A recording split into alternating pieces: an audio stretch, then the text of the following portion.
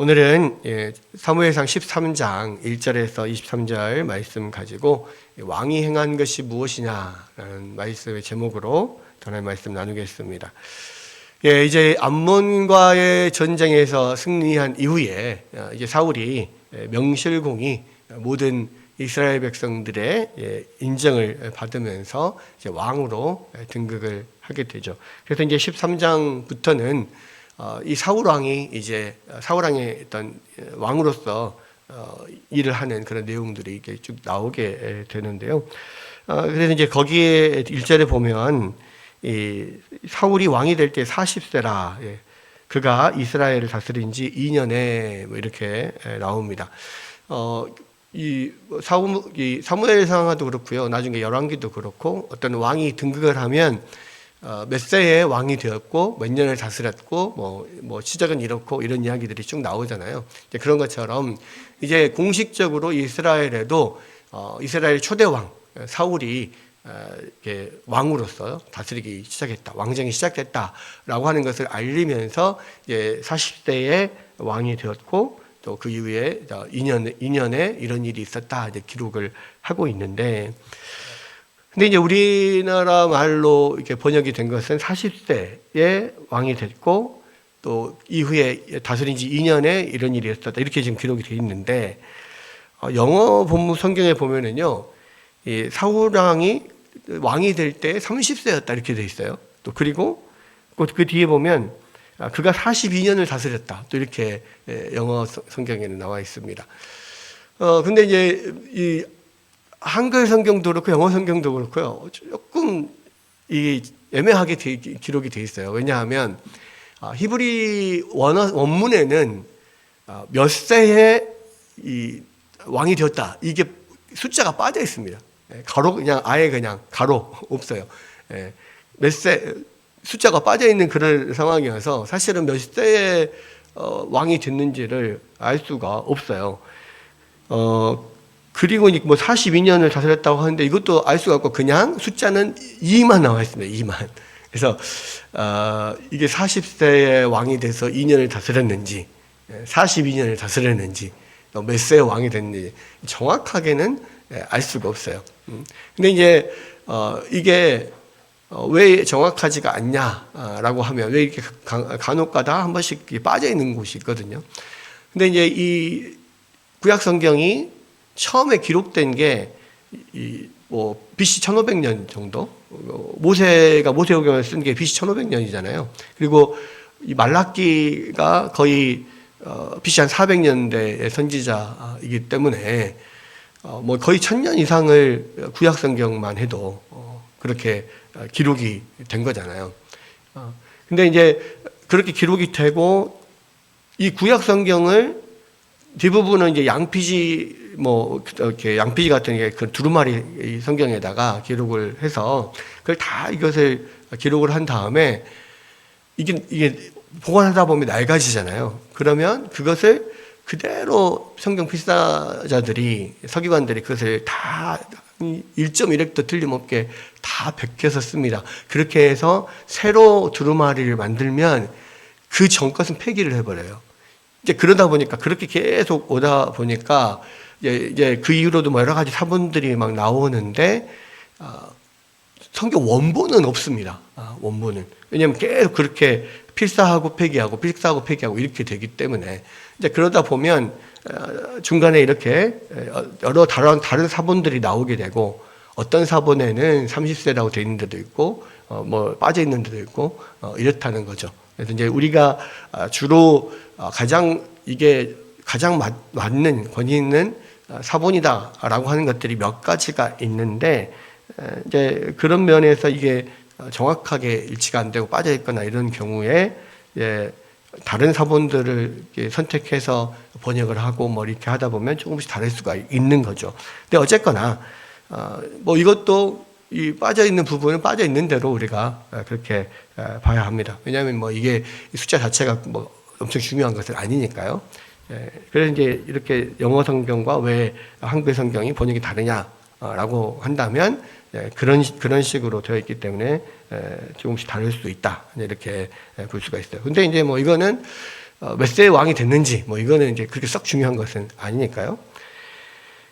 여기서 보면 이게 이스라엘을 다스린 지 2년에 이런 일이 일어났다라고 했는데, 사실 이것도 조금 이제 숫자적인 부분에 있어서 2라고 분명히 2라는 숫자가 있기는 있는데요.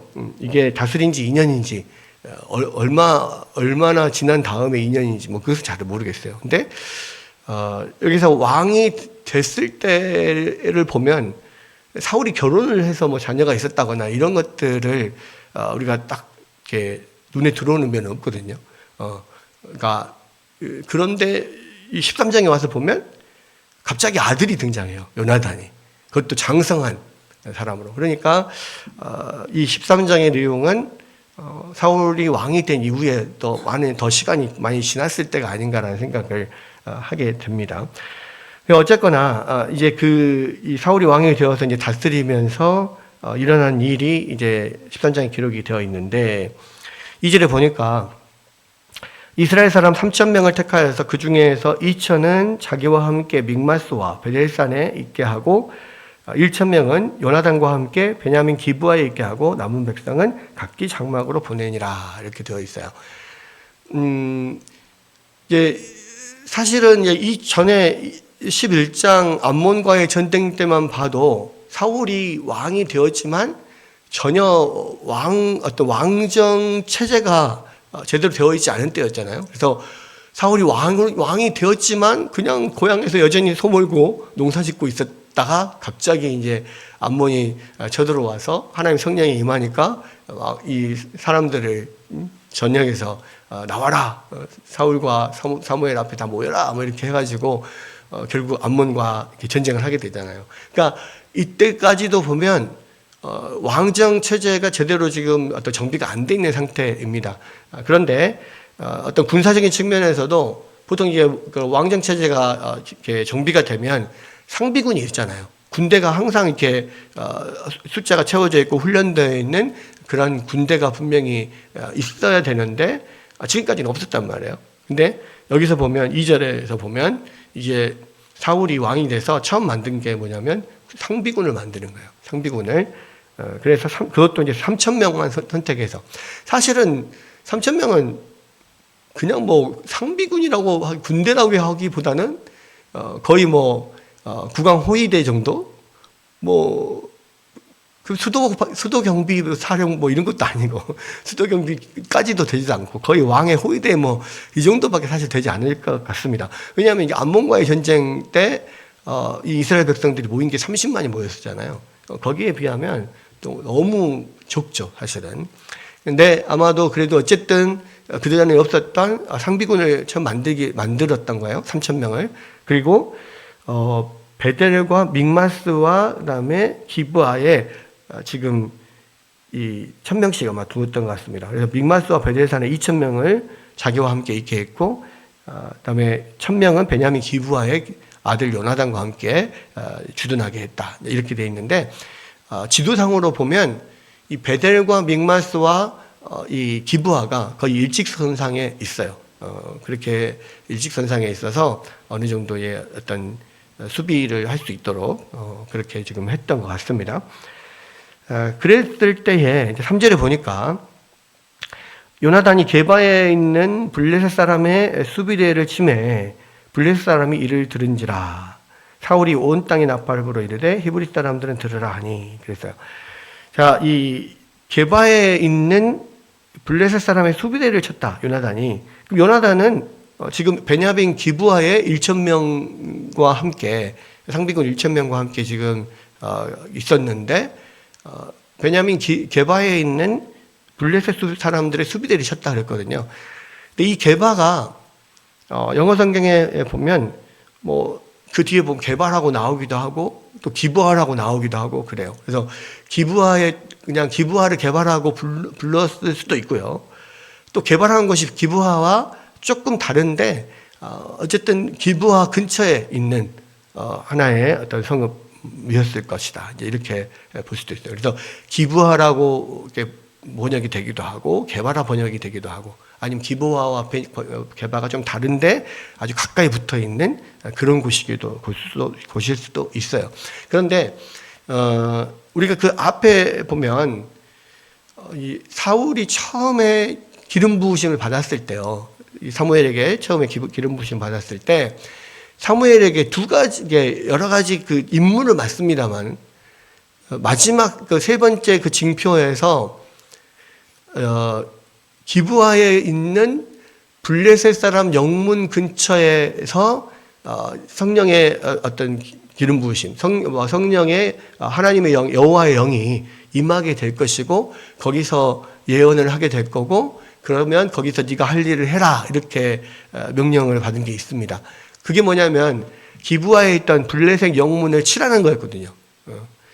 그걸로 봤을 때 아마 이제 요나단이 쳤던 이 게바에 있는 블레셋 수비대가 바로 이 사울이 처음에 사무엘에게 명령을 받았던 그 기브아에 있던 영문, 블레셋 수비대 여기를 친 것으로 생각이 돼요. 근데 이게 원래는 사울이 처음 받았던 명령이잖아요. 근데 사울이 그 명령을 받았지만 여호와의 영까지 임했지만 그 명령을 듣지 않았어요. 순종하지 않았단 말이에요.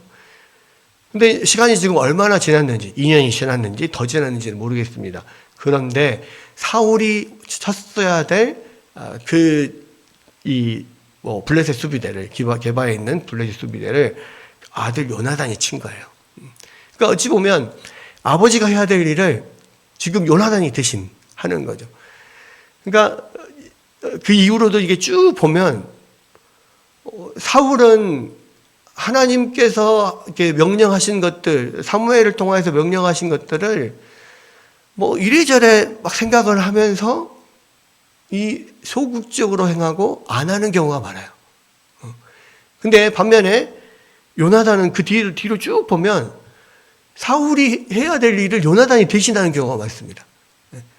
근데 이제 그 뒤에도 보면 사울이 했어야 되는 일을 요나단이 막 하다가 결국은 어려움을 겪기도 하고 나중에는 사울은 이 다윗을 죽이려고 하지만 요나단은 다윗을 보호하고 친구로 삼고 뭐 그렇게 계속 이 하나님께서 어떤 세우신 어떤 하나님께서 세우신 왕으로서 대우를 막 해주고 그러잖아요.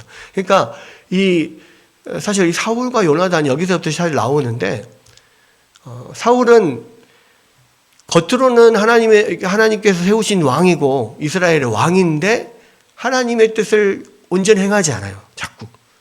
반면에 그 아들은 하나님이 하는 모든 일들마다 하나님의 뜻대로 계속 하는 면이 있어요. 그러니까 이게 두 가지의 모습이 아버지와 아들의 어떤 다른 모습이 보여지면서 사실 요나단이 하는 행동이 사울이 하는 행동이었어야 되는데 그렇게 하지 않는 사울의 모습을 보여주면서 정말 하나님의 말씀에 철저히 순종하지 못하는 그런 면, 사울이 하나님의 말씀에 순종하지 못하는 면을 오히려 이 아들 요나단을 통해서 보여주고 있다 이렇게 보면 됩니다. 그래서 요나단이 하는 일은 원래 사울이 했어야 되는 일, 그런데 실제로는 사울이 하지 않는 것, 이 두 가지를 대비해서 보여주고 있다라고 보는데요. 그런데 사울은요 이렇게 요나단이 자기가 했어야 될 일을 요나단이 했는데 그거를 마치 자기가 한 것처럼 또 이야기를 해요. 그러니까 여기서도 보면 뭐라고 나오냐. 그러니까 요나단이 블레셋 사람들이 수비를 쳤잖아요. 수비대를 쳤습니다. 블레셋 사람이 이를 들었어요. 그리고 이 블레셋 사람들이 굉장히 이제 분노한 것을 알게 됐습니다. 그래서 이 사울이 온 땅에 나팔을 불어서 히브리 사람들을 모으기 시작을 하는 거죠. 그래서 여기서 보면 히브리 사람들은 들으라 이렇게 이야기를 하는데 히브리 사람이라고 하는 그 말은 이스라엘 사람들을 약간 비하하는 말이에요. 그러니까 처음에 히브리 민족이라고 히브리 사람이라고 이게 불렀던 사람들은 애굽 사람들이었거든요. 그러니까 이스라엘이 애굽에 있을 때 종살이 할 때 400년 동안 종으로 있을 때 그들이 히브리 민족이다 뭐 이렇게 이야기를 했습니다. 그래서 히브리 민족이라고 하는 것은 좀 비하하는 발언이에요. 그래서 이스라엘 백성들이 자기들을 일컬어서 히브리 민족 이렇게 말하지 않아요. 근데 지금 사울은 히브리 민족이라고 이야기를 하는 거죠. 마치 이게 뭐와 같냐면 일제시대 때 일본 사람들이 조선 사람들을 아주 비하하는 말로 조센징 이렇게 이야기를 했던 것처럼.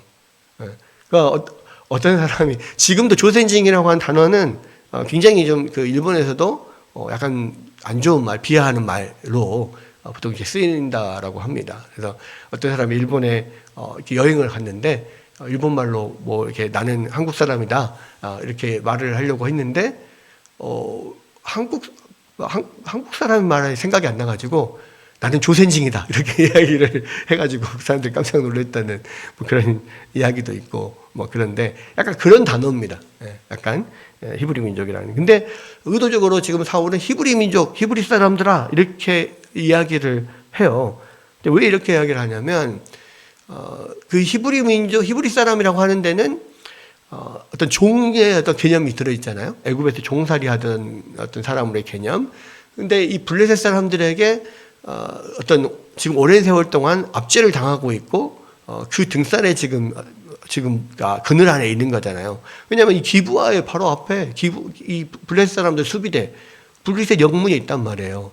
그만큼 지금 어떤 블레셋의 어떤 영향 아래 있고 또 나중에도 보면 블레셋 문화에 거의 이렇게 지배를 받고 있습니다.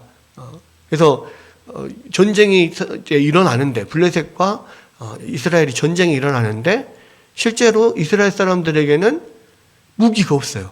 철제 무기가.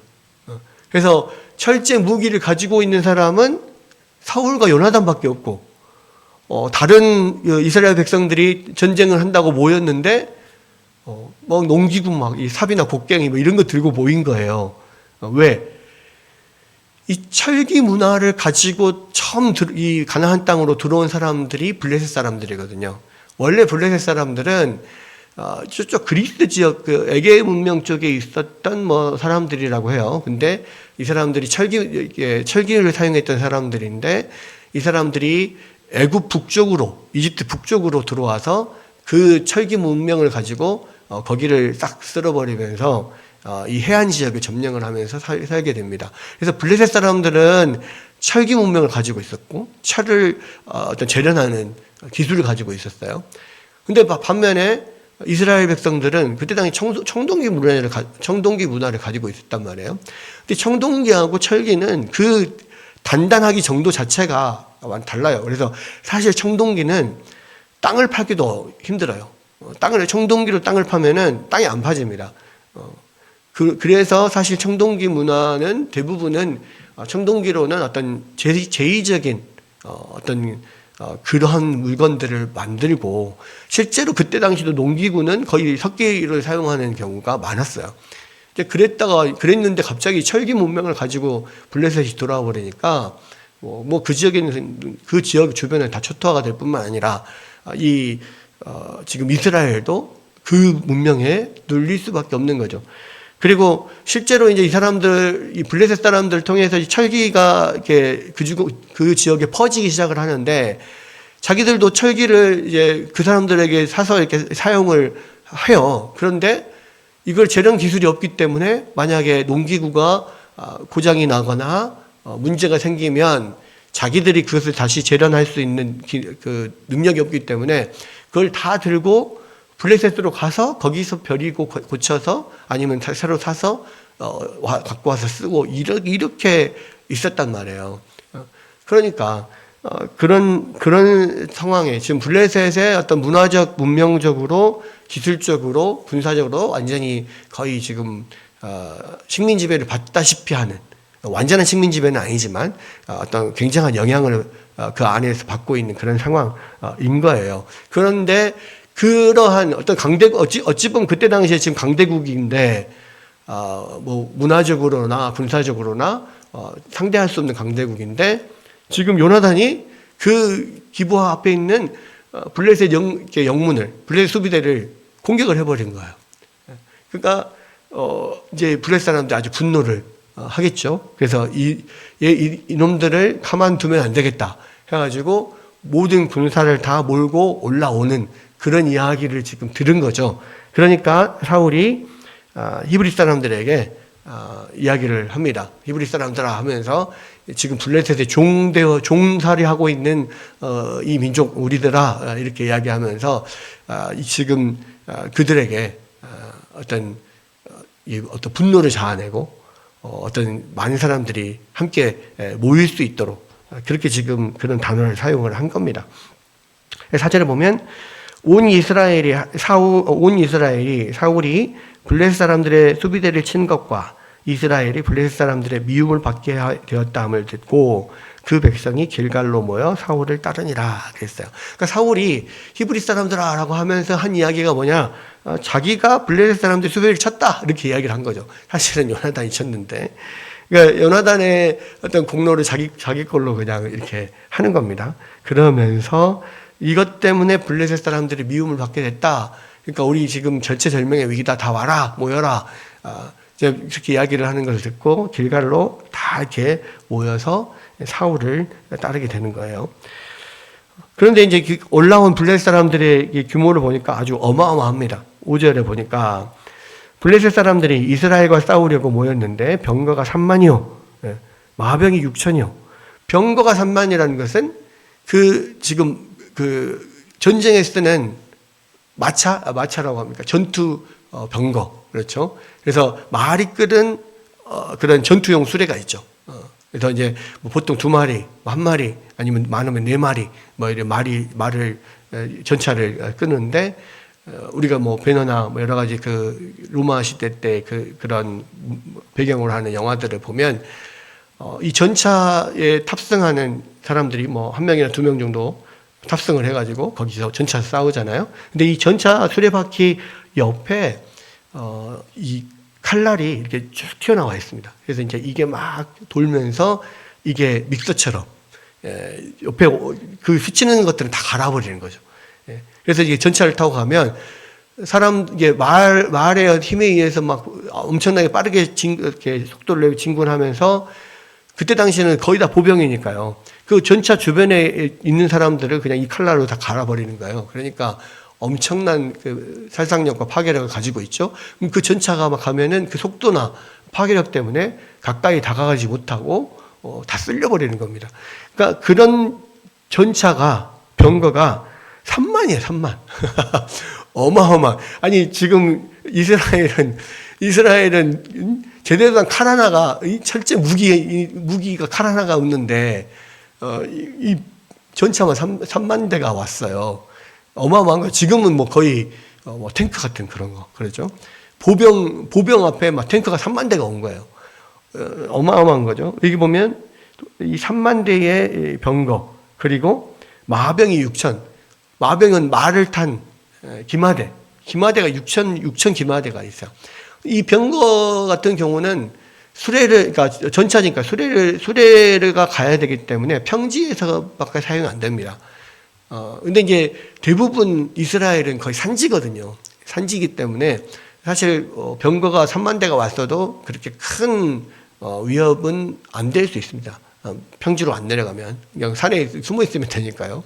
근데 이제 이 기마대 같은 경우는 또 산지도 올라올 수가 있거든요. 그러니까 기마대가 오히려 이 병거보다 더 위협적일 수 있는데 그 마병마저도 6천 명이나 돼요. 근데 지금 블레셋 사람들은 기존에 있는 상비군 3천 명에다가 사울이 다 모여라라고 해서 모인 사람들이 얼마나 됐을지는 모르겠어요. 근데 숫자는 안 나왔거든요. 그 앞에는 암몬 전쟁 때 30만이 모였다 그랬는데 여기는 숫자가 안 나온 걸로 봐서 그렇게 많이 모인 것 같지는 않아요. 끼케야 10,000명이나 모였을까 모르겠습니다. 그런데 그 예를 들어서 보병 10,000명이라고 하면 기마대 3,000명, 병거 3만, 기마대 6천, 병거 3만 그 앞에서 게임이 안 되는 거죠. 그렇게 지금 왔고 백성들은 해변에 모래같이 많았다. 보병은 셀 수가 없이 많게 온 거예요. 그러니까 지금 이 블레셋 사람들이 아주 그냥 기회를 보고 오냐, 이번 기회에 너네들 아주 그냥 초토화를 시켜버리겠다. 우리한테 지금 너네들이 한번 해보자는 거지. 너희들이 아주 쓴맛을 못 봤구나. 이렇게 지금 달려드는 거예요. 그런 상황입니다. 이제 그것들을 모래같이 만들 그들이 올라와서 베다인 동쪽 믹마스의 진을 치매 이스라엘 사람들이 위급함을 보고 절박하여 굴과 숯불과 바위 틈과 은밀한 곳과 웅덩이에 숨으며 그러니까 그냥 그래도 우리가 좀 열세긴 하지만 수적으로 열세긴 하지만 그래도 해볼 만하다 그러면 같이 이 대응해서 진을 치고 대치를 할 건데 이거는 뭐 어떻게 도저히 해볼 수가 없는 상황이야. 너무 엄청난 그러니까 군사적인 차이가 나버리니까 그러니까 그냥 다 산속으로 숨어 들어가서 동굴에 숨어 있는 거예요. 네. 그래도 어쨌든 산속에 숨어 있으면 어떤 병거나 마병들은 움직일 수 없잖아요. 그렇게 해야 이제 뭐 보병들이 올라올 건데 또 이 산악전과 어떤 평지에서 싸우는 싸움은 또 다르니까 어쨌든 이스라엘 사람들은 산악에 익숙해 있는 사람들이고 블레셋 사람들은 평지에 있는 사람들이니까 그나마 이 사람들이 최대한 잘 싸우지 못할 지형에 들어가서 숨어 있는 거예요. 그것도 이제 막 싸우지는 못하겠고 드러내서 이렇게 싸우지 못하겠고 그냥 숨어 있는 겁니다. 그리고 덜덜 떨고 있는 거죠. 여기서 보면 어떤 히브리 사람들은 요단을 건너서 갓과 길르앗 땅으로 가대. 그러니까 아예 요단강 건너서 아주 요단강 동쪽으로 아예 도망가 버린 사람들도 많아요. 그리고 사울은 아직 길갈에 있고 그를 따른 모든 백성들은 떨더라. 네. 아까 믹마스에 있었다고 하는데 길갈은 이제 그 믹마스 건너편에 더 요단강 쪽으로 요단강 쪽에 있는 그런 곳이에요. 길갈에 아까 다 모였잖아요. 그러니까 믹마스가 사실은 길갈 바로 앞입니다. 근데 그런 상황에 이제 거의 지금 아주 가까이 와 있는 거고 믹마스와 이 길갈 사이에 또 깊은 어떤 골짜기 같은 게 있다고 합니다. 그래서 믹마스에서 바로 길갈로 내려오기가 어렵고 이렇게 골짜기를 거쳐서 올라와야 되니까 어쨌든 아직은 좀 대치하고 있는 지형적으로 어느 정도 조금 여유를 두고 있는 약간 그런 상황이라고 생각을 할 수가 있는데 모든 백성은 다 떨고 있어요. 도저히 상대가 게임이 안 되니까 그러고 있습니다. 그럴 때에 8절에 보니까 사울은 사무엘이 정한 기한대로 이레 동안을 기다렸으나 사무엘이 길갈로 오지 아니하매 백성이 사울에게서 흩어지는지라. 그러니까 이게 지금 사실 그 사울이 개인적으로 기름 부음 받고 이 사무엘에게서 명령을 들은 것 중에 하나가 두 가지를 들었는데 하나는 이 기브아에 있는 블레셋 영문을 치라는 거였고 또 하나는 그 이후에 길갈에 가서 일주일 동안 기다려라 라고 하는 거였거든요. 근데 이게 뭐 시간이 얼마나 지났는지 모르겠지만 어쨌든 이제 그런 상황이 됐어요. 그리고 길갈에서 지금 일주일을 기다리고 있는 겁니다.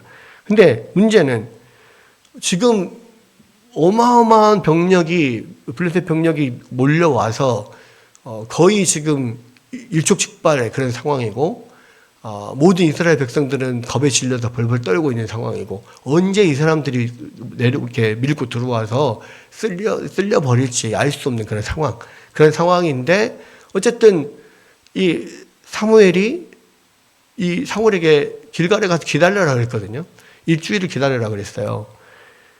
그런 상황이니까 어쨌든 일주일을 기다리고 있습니다. 이게 지금 일촉즉발의 상황인데 일주일을 기다리는 것 자체도 굉장히 힘든 일이에요.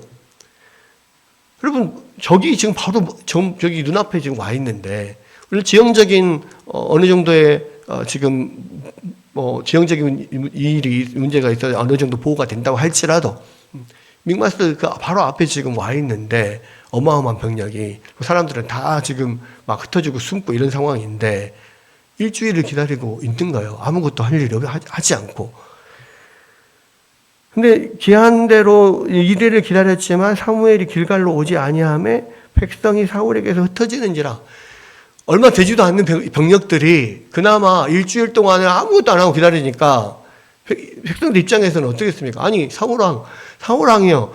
아니 어떻게라도 뭐라도 좀 해봅시다. 뭘 이렇게 궁리를 해보고 막을 생각을 해봐야지. 작전을 짜든지 뭘 하든지 아니면은 어떻게 구원병을 요청을 하든지 뭘 해야 되는데 아무것도 안 하고 그냥 일주일을 사무엘이 오기를 기다려야 된다 그러면서 기다리고 있는 거예요. 그러니까 얼마나 답답하겠습니까? 당장 지금 적은 눈앞에서 지금 쳐들어오기 일부 직전인데 얼마나 불안하겠어요. 그러니까 이 사울에게 계속 이야기를 하는 거죠. 아니 뭐라도 좀 합시다. 뭐라도 좀 해봐요. 어떻게든 해봐요. 어떻게 해야 됩니까? 일주일 동안을 근데 아무것도 안 하고 꼼짝도 않고 사무엘을 기다리고 있어요. 그러니까 사실은 우리는 그렇게 생각을 합니다. 사울은 아주 믿음이 없는 사람. 다윗은 아주 믿음이 좋고 하나님을 의뢰하는 사람. 우리는 이렇게 그냥 생각을 해요. 근데 우리가 사울의 입장이 돼봐도 여러분 사울이 그 일주일을 기다리는 것 자체가요 엄청나게 힘든 거예요. 왜? 사울 혼자만이 지금 혼자만의 어떤 개인적인 입장이 아니잖아요. 이스라엘의 왕으로서 이스라엘의 어떤 지금 전쟁 상황을 이끌어야 되는 그런 상황에서 사무엘이 일주일을 기다리라고 했는데 그것을 아무것도 안 하고 일주일을 계속 참고 기다리고 있는 것 자체가 사실 보통 믿음 가지고는 되는 일이 아니란 말이에요. 그리고 그냥 그렇게 자기 혼자만 그렇게 기다리면 되는 것이 아니라 주위의 사람들이, 옆에 참모들이, 백성들이 계속 이 사울을 볶았을 거 아니에요. 어찌라고 지금 이렇게 있는 겁니까? 어쩔 겁니까? 곧 지금 쳐들어올 거 아닌가요? 뭔 수라도 좀 내봐야 될 거 아닙니까? 계속 옆에서 보채고 그렇게 하면서 결국에는 사람들이 흩어져 버려요. 그 말은 무슨 말이에요? 아니, 그렇게 아무것도 안 하려면은 당신이, 그 이스라엘 왕이요? 나는 당신은 왕으로 못 섬기겠어. 나는 내 살 길 찾아갈라요. 이러면서 다 가버리는 거예요. 지금 원래 있던 3,000명 또 많이 이렇게 모였다고 해서 뭐 10,000명 가까이 모였던 그런 사람들이 나중에는 몇 명이 남냐면 나중 이 15절에 보니까요. 자기와 함께한 백성의 수를 세보니 600명 가량이라. 600명밖에 안 남았어요. 다 흩어져 버린 겁니다. 그러니까 이거는 기존에 있던 상비군조차도 싹 다 흩어져 버리고 그 중에서도 진짜 사울과 함께 죽기를 각오한 그런 사람만 600명 남은 거예요, 지금. 그런 상황이 될 때까지 사실은 사울이 기다렸다고요. 안 기다린 게 아니야. 일주일을 기다렸어요. 근데 일주일을 기다렸는데 사무엘이 안 와. 더 이상은 자기는 그래도 할 만큼 기다릴 만큼 기다렸다고 생각을 한 거지. 아니 일주일을 약속대로 일주일을 기다려서 안 온 것은 사무엘의 잘못이지 나의 잘못이 아니다. 나는 그래도 어쨌든 사무엘의 말을 듣고 철저히 여기까지 기다렸으면 이만큼까지 했으면 그래도 나는 할 일을 한 거다. 아마 이렇게 생각을 한 것 같아요. 더 이상은 안 되겠다 싶어가지고 사울이 이르되 번제와 화목제물을 이리 가져오라 하여 번제를 드렸더니 번제를 드리기를 마치자 사무엘이 온지라. 그러니까 결국은 일주일을 기다렸는데 안 와요. 마지막 끝까지 기다렸는데 안 와. 그러니까 어쩔 수 없이 그러면 이제는 사무엘을 이 제사를 지내는 것을 이제 기대를 하고 기다렸단 말이에요. 근데 그것을 왜 기다렸냐면 사실 그 전에 블레셋 사람들과의 어떤 전쟁이나 뭐 이런 곳에서 사무엘이 하나님 앞에 기도하고 또 번제를 드리고 했을 때 하나님이 기적적으로 도와주셨잖아요. 그러니까 그 사무엘을 통한 하나님의 도우심을 받았던 거죠. 근데 사무엘이 안 오는 거야. 그럼 결국은 그러면 나라도 하나님 앞에 번제물을 드리고 하나님의 도우심을 요청해야 되겠다. 이렇게 생각을 하고 그렇게 번제를 드렸는데 이게 공교롭게 번제를 딱 마치자마자 사무엘이 온 거예요. 아니, 좀만 더 기다렸으면 될 텐데. 근데 항상 그래요. 그러니까 하나님의 도우심은 보면 그냥 마지막까지 하나님께서 기다리셨다가 정말 이제는 벼랑 끝에 몰려서 죽을 것 같을 그때에 하나님이 도우시는 경우가 굉장히 많습니다. 그러니까 사실 마지막까지 우리의 믿음을 하나님께서 시험하시는 또는 마지막까지 하나님 앞에 이렇게 하나님을 의뢰하기를 어떤 원하시는 그런 마음들, 이런 것들이 이제 하나님께서 우리를 훈련시키는 과정인데, 사울이 지금 왕이 돼가지고 지금 하나님 앞에 훈련을 받고 있는 거거든요. 정말로 네가 끝까지 하나님의 말씀을 붙잡고 끝까지 신뢰하고 순종할 수 있느냐? 왜냐하면 이스라엘의 왕은 다른 나라의 왕과는 달리 철저히 하나님 말씀에 순종하는 그런 왕이 정말 좋은 왕이고, 그런 왕만이 어떤 하나님 나라의 하나님의 나라의 이스라엘 백성을 대표하는 왕이 될 수가 있는 거잖아요. 그러니까 하나님이 다른 모든 것들은 제껴두고 가장 필요한 거, 가장 중요한 거, 이것을 지금 시험하고 또 훈련을 시키는 거예요. 사울이 마지막까지 그것을 기다릴 수 있도록, 마지막까지 하나님을 신뢰하고 붙잡을 수 있도록. 결국 그랬는데 사울이 마지막까지 기다리다가 정말 그 마지막 그것을 기다리지 못하고 자기가 직접 하나님 앞에 번제를 드림으로써 결국은 하나님의 명령을 수행하지 못하게 되는 거죠. 그러니까 이 사무엘이 와가지고 번제를 드리자마자 사무엘이 왔어요. 그러니까 사울 입장에서는 정말 애같하게 기다렸던 사무엘이 이제 드디어 왔잖아요. 그러니까 너무 기뻐서 사무엘을 맞으러 나갔습니다. 나가서 무난하니까 사무엘이 차갑게 이야기를 하는 거죠. 왕이 행하신 것이 무엇이냐? 이 왕이 행하신 것이 무엇이냐? 이게 어떤 거냐면, 이 아담이 범죄하고 나서 하나님이 아담을 찾으셨을 때, 아담아, 네가 무슨 일을 하였느냐? 이 질문하고 똑같은 질문이에요. 또 가인이 아벨을 죽이고 나서 하나님께서 가인에게 물으셨잖아요. 가인아, 네가 무슨 짓을 하였느냐? 똑같은 질문이에요. 그러니까 하나님이 범죄한 인간을 찾아와서 하셨던 그 말씀 그대로 사무엘이 지금 사울에게 이야기를 하는 겁니다. 네가 한 일이 무슨 일이야 지금? 하나님 앞에 불순종한 사람들에게 묻는 그 죄를 지금 사울에게 이야기를 하는 거예요. 그러니까 사울은 갑자기 자기가 이제 드디어 사무엘이 왔다라고 좋아서 이제 나왔는데 딱 그렇게 이야기를 하니까 너무 당황스러운 거죠. 그러면서 뭐라고 이야기를 합니까? 사울이 이르되 백성은 내게서 흩어지고 당신은 정한 날 안에 오지 아니하고 블레셋 사람들은 믹마스에 모였음을 내가 보았으므로. 믹마스에 지금 바로 앞에 모였단 말이에요. 이에 내가 이르기를 블레셋 사람들이 나를 치러 길갈로 내려오겠거늘 내가 여호와께 은혜를 간구하지 못하였다 하고 부득이하여 번제를 드렸나이다.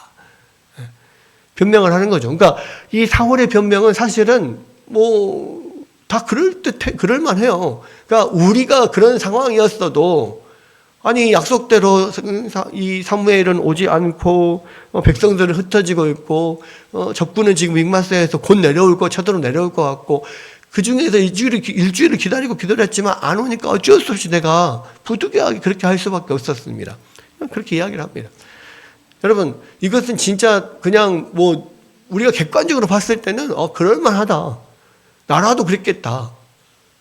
진짜 그랬겠다. 공감해 줄만 해요. 그런 거예요. 그런데 그것은 인간적인 면에서는 10분 이해할 수도 있고 공감할 수 있는 일이지만, 그러나 하나님 앞에서 하나님의 대리자로서 이스라엘을 다스리는 왕이 그렇게 말을 해서는 안 되는 거라는 거예요.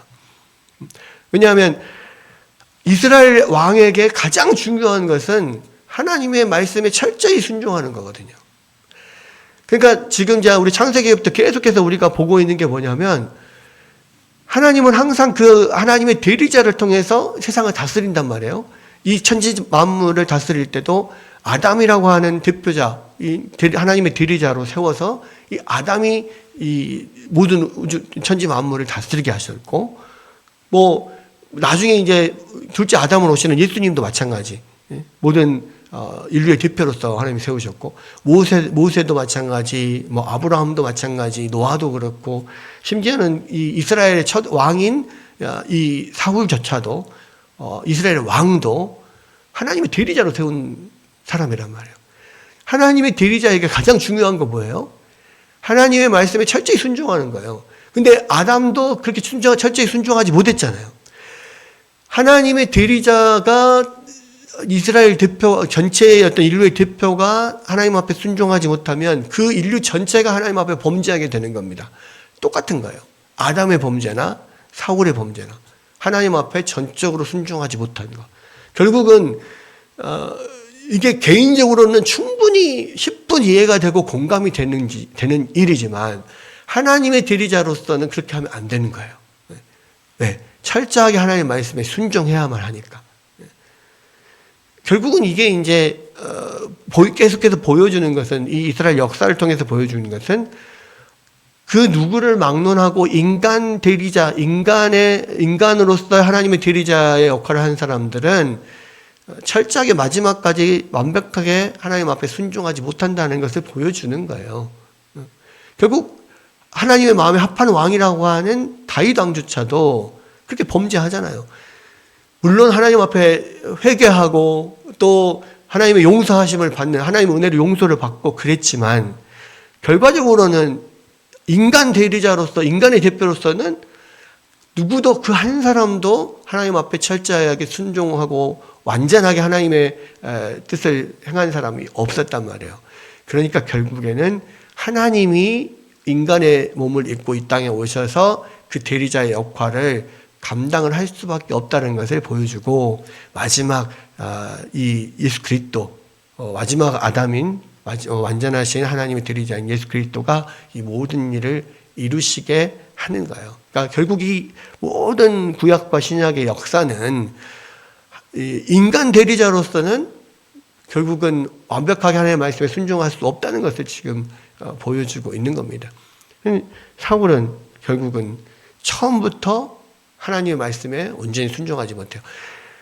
그 앞에 조금씩 사실은 이 선을 이렇게 넘었다 말았다 하는 그런 가운데 있는데, 가장 결정적으로 이스라엘 적군을 앞에 두고 그런 하나님의 어떤 대리자로서 이스라엘을 이끌고 이 블레셋을 쳐야 되는 그런 왕으로서 그 시험을 이기지를 못하는 거죠. 결국은 그래서 사무엘이 사울에게 말하되 왕이 망령되이 행하였도다. 왕의 하나님 여호와께서 왕에게 내리신 명령을 지키지 아니하였도다. 그리 아니하였더라면 여호와께서 이스라엘 위에 왕의 나라를 영원히 세우셨을 것을 지금은 왕의 나라가 길지 못할 것이라.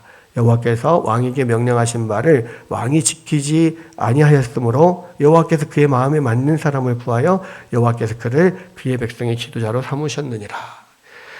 그러니까 사울은 사실 처음부터 완벽하게 하나님 말씀에 순종하지 못했어요.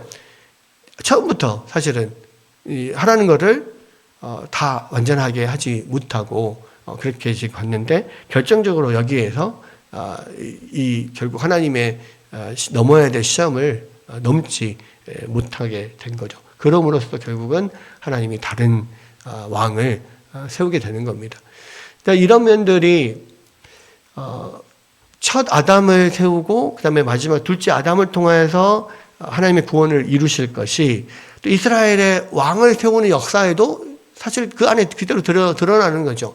첫 왕 사울은 실패를 하고 두 번째 세운 왕 다윗은 하나님의 마음에 합한 자로서 하나님의 뜻을 온전히 순종하는 이런 면들이 나옵니다. 물론 다윗이 하나님의 말씀에 온전히 순종하는 그것도 다윗의 공로가 아니에요. 하나님의 은혜를 주셔서 그렇게 전심으로 하나님의 말씀을 순종하게 만드신 거죠. 그리고 실제로 다윗이 범죄했을 때 하나님께서 그런 마음을 주셔서 하나님 앞에 통회하고 자복하고 회개하는 마음을 주셨기 때문에 또 하나님의 용서가 있었던 거고, 결국은 그런 모든 것들이 하나님이 은혜를 주시기 때문에 이런 일들이 이루어지는 것이지, 인간 자체에게 이것을 맡겨놓고 인간 자체에게 이것을 하나님 앞에 완전한 순종을 그냥 기대할 수 있느냐? 그게 없다는 것을 보여주는 거예요. 그래서 처음부터 아담 때부터 하나님께서 계속해서 인간들에게 이런 하나님의 은혜를 계속 부어주고 기회를 주고 구원의 기회를 계속 보여주시는 것을 계속 이 성경을 통해서 하나님께서 우리 가운데 보여주시고 말씀해 주시고 있는 거라는 거죠. 결국은 그렇게 해서 더 이상 왕의 나라가 길지 않을 것이고 다른 사람이 왕이 될 거다라는 것을 이야기를 하고 사무엘은 이제 땅에 떠나게 됩니다. 그리고 세어보니까 남은 사람은 600명밖에 없고, 그리고 이제 여기서 보면 17절에 보면은 블레셋 사람들이 믹마스에 진을 쳐 있다가 노략군들이 세 대로 블레셋 사람 진영에서 나와서 한 대는 오브라길로 소알 땅에 이르고 한 대는 베토론길로 가고 한 대는 광야 쪽 수보임 골짜기가 내려보는 지역으로 향했다. 이제 믹마스에 모여있던 블레셋 사람들이 드디어 이제 작전을 시작을 하는 거예요. 세 갈래 길로 지금 나눠가지고 이스라엘을 공격을 하려고 지금 이동을 하는 그런 상황에 있는 겁니다. 그리고 이제 그 뒤에 19절에 보면은 그때에는 이스라엘 온 땅에 철공이 없었다. 아까 설명한 대로 철기 문명이 발달되지 않은 상황에서 철제 무기를 사울과 요나단만 들고 있는 그런 상황. 그리고 거의 뭐 대부분 이스라엘 백성들이 농기구 막 이런 거 들고 왔다가 다 흩어지고 600명만 나온 상황. 그러니까 도저히 이길 수 없는 그런 상황인 거예요. 이건 하나님의 도우심, 기적적인 도우심이 없으면 이길 수 없는 그런 상황. 그런 상황에서 제일 중요한 것은 하나님의 말씀에 순종하고 하나님의 말씀을 붙잡을 수밖에 없는 그런 상황인데, 사울은 그것을 어떻게든 자기의 힘으로 해보겠다고 지금 하다가 결국에는 이런 사무엘의 책망을 듣고 만 거거든요. 그러면서 이제 13장에서는 이런 절망적인 상황, 하나님의 도우심이 없으면 도저히 이길 수 없는 상황을 지금 이야기를 하고, 그다음에 14장에서 하나님께서 어떻게 그들을 이기게 하시는가에 대한 이야기들이 쭉 나옵니다. 여러분, 13장에서 우리가 생각해야 될 것은 뭐냐면요. 우리가 정말로 이 세상을 살아가면서 우리에게 있어서 가장 중요한 것, 하나님의 백성들에게서 가장 중요한 것은 철저히 하나님의 말씀을 순종하는 거라는 거예요. 여러분, 이 땅에서 우리의 힘으로는 도저히 이 세상에서 승리하고 이길 수가 없어요. 그것이 우리의 현실입니다. 우리가 오직 이길 수 있는 유일한 길은 뭐냐면 하나님을 의지하는 것밖에 없어요. 근데 그 하나님을 의지하는 면이 우리는 그냥 뭐 쉽게 성경을 쉽게 보니까 뭐 사울은 믿음이 없어서 그랬고 다윗은 믿음이 있어서 그랬다 이렇게 생각을 하지만, 다 자기는 다윗 쪽일 거라고 생각을 하지만, 여러분 자세히 이 상황을 보십시오. 사울도 우리 못지않게 오랫동안 기다린 거예요. 우리가 이런 상황에 됐을 때 우리는 이미 뭐 일주일이 아니라 뭐 하루 이틀 지나면 이미 그냥 가서 내가 번제 드려볼란다 이렇게 할 그런 사람들이란 말이에요. 우리가 사울을 믿음 없음을 탓할 수 있는 그런 우리가 그런 위치가 아니에요. 여러분, 근데 중요한 건 뭐냐면 정말로 우리는 하나님의 도우심이 없이는 그 어떤 것도 성공할 수 없는 그런 상태의 사람이라는 것을 우리가 알아야 돼요. 우리가 어떤 능력이 있는 것도 아니고, 우리가 정말 지혜가 있는 것도 아니고, 우리가 뭐 힘이 있고 빽이 있고 돈이 있는 것도 아니고 아무것도 없어요. 우리가 할 수 있는 것은 아무것도 없습니다. 그러니까 우리의 그 현실이 뭔지를 분명히 알아야 돼요. 하나님 없이는 그 어떤 것도, 하나님께서 우리 가운데 역사하지 않으면 그 어떤 것도 할 수 없는 사람이라는 것을 먼저 여러분 인정하셔야 돼요. 그리고 우리가 살 길은 어떤 면에서도 철저하게 하나님의 말씀을 순종하고 붙잡는 것밖에 없다. 하나님이 그래서 우리 가운데 하나님의 놀라운 기적적인 역사를 이루시는 것밖에 없다라는 것을 우리가 믿고 정말 마지막까지 하나님을 믿고 기다리고 붙잡아야 된다는 거예요. 여러분 이것이 우리가 이 13장을 통해서 우리 가운데 보여주는 그런 교훈입니다. 여러분 사울이 믿음이 없어서 그런 게 아니라는 거. 네. 우리도 마찬가지라는 거예요. 이 이스라엘이 당한 이 현실이 그 어떤 것으로도 답이 없어요. 하나님밖에 답이 없다고. 이 시대에 마찬가지. 우리 모두가 마찬가지입니다. 우리의 자신의 건강의 문제, 자녀의 문제, 직장의 문제, 승진의 문제, 무슨 모든 문제들. 그 모든 문제들의 답은요, 여러분 하나님밖에 없어요. 우리에겐 답이 없습니다. 그래서, 이 말씀을 우리가 붙잡고요. 정말 철저히 하나님을 의지하고 하나님만을 의뢰해야 된다는 겁니다. 그런 면들을 우리가 다시 한번 생각하고, 주님만을 붙잡는 여러분들 되시고 그것들을 통하여서 하나님의 놀라운 기적적인 역사를 경험하는 여러분들 되시기를 주의 이름으로 축원합니다.